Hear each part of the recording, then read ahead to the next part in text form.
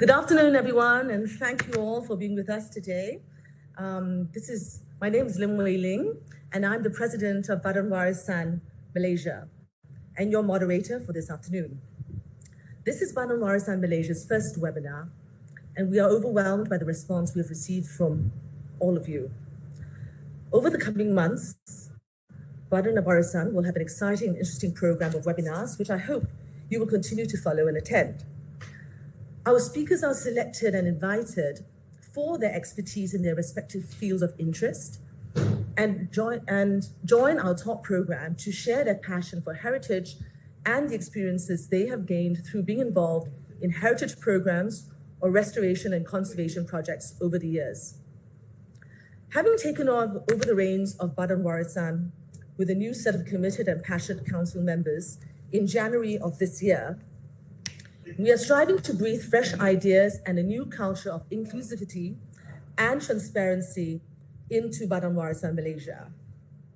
We hope to encourage new members to join Badan Warisan and for the younger generation to be more actively involved in preserving and respecting the heritage of Malaysia through outreach programs such as these. I was fortunate to listen to our speaker, architect Lawrence Loh, speak passionately about the Stadium Merdeka project a few months ago. And I was deeply moved by the combined efforts that went into restoring this grand dame of Malaysian architecture, a symbol of our nation's independence. I think we can all agree that there is a great sense of pride when we think of Stadium Merdeka and all that it stands for.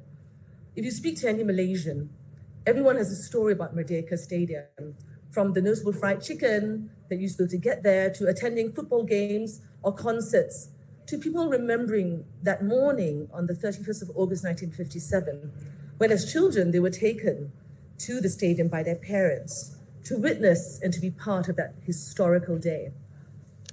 There are strong emotional connections for each of us as Malaysians towards the significance of what August 31st, 1957 stands for. For me, although I wasn't around at that time, the blurred flickering black and white footage of that momentous day with Tunku Abdul Rahman shouting, "Merdeka, Merdeka, Merdeka," surely is what comes to mind when I think what Merdeka stands for. Our speaker today, Professor Architect Lawrence Loh, needs no introduction. He is most well known for his high-profile conservation projects, which started with the restoration of the Chong Fat Si Mansion, which won the most excellent project under the UNESCO Asia Pacific Heritage Awards for Culture, Heritage Conservation in the year 2000.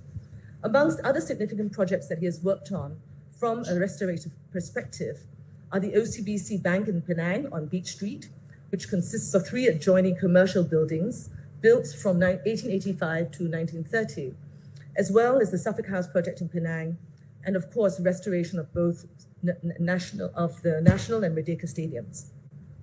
He is a graduate of the AA School of Architecture and returned to Penang, Malaysia in 1974 to begin his architectural career. Our speaker has been actively involved in heritage and was a council member of Badan Warisan between the years 1996 to 2000, and was also a past president of Badan Warisan Malaysia from 2014 to 2016. I hope you will each be enlightened and inspired by Lawrence's talk today on the snippets of interesting facts that revolve around how the stadium came to be, as well as the twists and turns of fate that finally led to how Stadium Merdeka was finally preserved and gazetted for Malaysians, by Malaysians. At the end of the talk this afternoon, there will be a survey, which I hope you will partake in, to share with us what you might be interested in learning more about. Before we start our session today, let me share a few basic housekeeping rules with you. The format of today's presentation will be in slide format, followed by a Q&A session. Please feel welcome to submit your questions to our speaker through the chat box, and we will try our level best to answer them at the end of the presentation, time permitting. Even if you don't have any questions, please join the conversation and tell us where you're dialing in from. Before I go on, if you experience connection problems, please click the reconnect button on the top of the page, or refresh your browser and you'll be brought back into the room. Over to you. So a very big thank you to Lawrence for agreeing to be our speaker today, and many thanks to Think City Institute for helping us to facilitate today's talk, the first of many to follow. Over to you, Lawrence. Thank you. Thank you. Thanks, Wei Ling. I'm very honored to have you as my moderator, and I'm indeed grateful to Think City Institute for hosting this webinar. A very good afternoon to members of Badan Warisan Malaysia, colleagues and friends from both home and abroad. Let me declare that this is not a lecture on conservation practice and techniques, but one for me to place on record my personal worldview of Stadium Merdeka and to share with you the inside story, which contains unspoken thoughts, anecdotal conversations, and lasting impressions that still linger on despite the passing of time. It's a place where culture meets memory and history. A few unforgettable personalities, both dead and alive, are key characters in my architectural narrative, and I will introduce them shortly. They have been instrumental in giving meaning to my personal Merdeka story and my conservation journey that has been central to my career. The first historical personality is Stanley Edward Jukes, 1913 to 2011. He was responsible for the image on screen, a hand-drawn perspective of the stadium completed in 1957.